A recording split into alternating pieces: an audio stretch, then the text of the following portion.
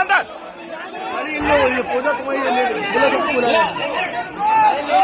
आगे रहो।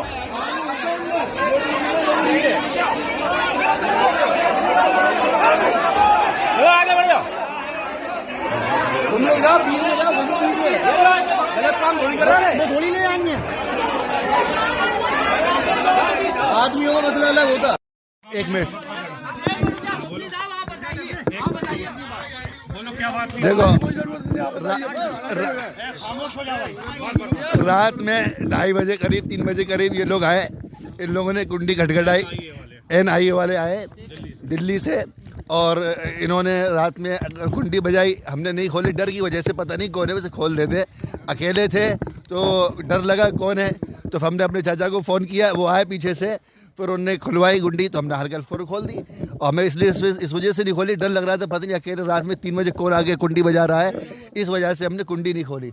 10-15 मिनट के बाद, 20 मिनट के बाद कुंडी खुल गई और हमारे चाचा आ गए। फिर उसके बाद सारे घर की चेकिंग हुई और सारे पूरे जितने कमरे हैं, रूम हैं, किचन है, सारे की क्या कहते हैं चेकिंग की गई और पूरे कवर्ड देखे, मचान देखा और किचन में देखा, किचन के पीछे जो बनी थी गिरली वो देखी गई। सारी पूरे घर में एक एक कोना छाना गया और बिल्कुल गिरफ्त के साथ, कहीं भी कुछ नहीं मिला।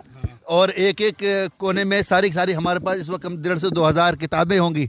किताबें जिन पे शक था, किताबें उठा ली उन्होंने और किताबें देखते रहे, किताबें देखते रहे।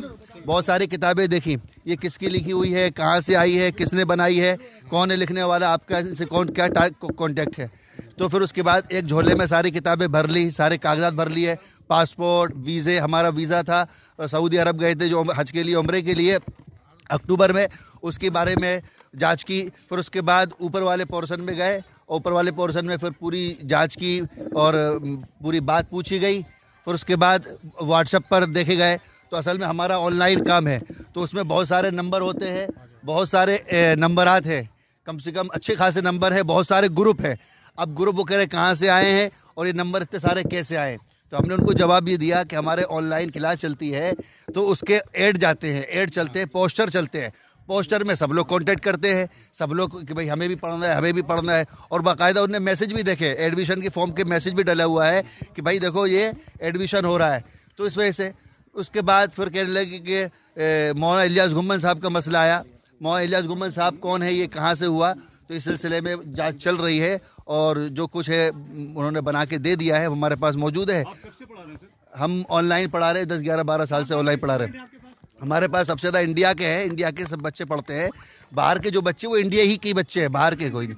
बाहर के बच्चे जैसे कि आपके क्या कहते हैं इंग्लैंड के हैं और आपके इस्लामिक कुरान कायदा, छोटे छोटे बच्चे वो भी इंडिया ही के हैं, कोई अरब कंट्री का कोई नहीं है। और मकतब चलाते हैं, कोचिंग चलाते हैं, coaching centre, Islamic coaching centre है जी। पैसे हमारे फ्री क्लास भी होती है, 50 रुपये भी, 100 रुपये भी, 200 रुपये भी, 1000 भी फीस है, 1500 भी फीस है। पूरा बैंक का खंगाला गया और उन्होंने ये कहा कि आपने कहाँ फंडिंग की, आपने उन्होंने ये कहा कि जांच में कि आपने कहीं बाहर ट्रांसफ़र किए पैसे, इसका बार बार वो जिक्र कर रहे थे, लेकिन हमने अभी तक कोई बाहर पैसे नहीं पहुंचाए। और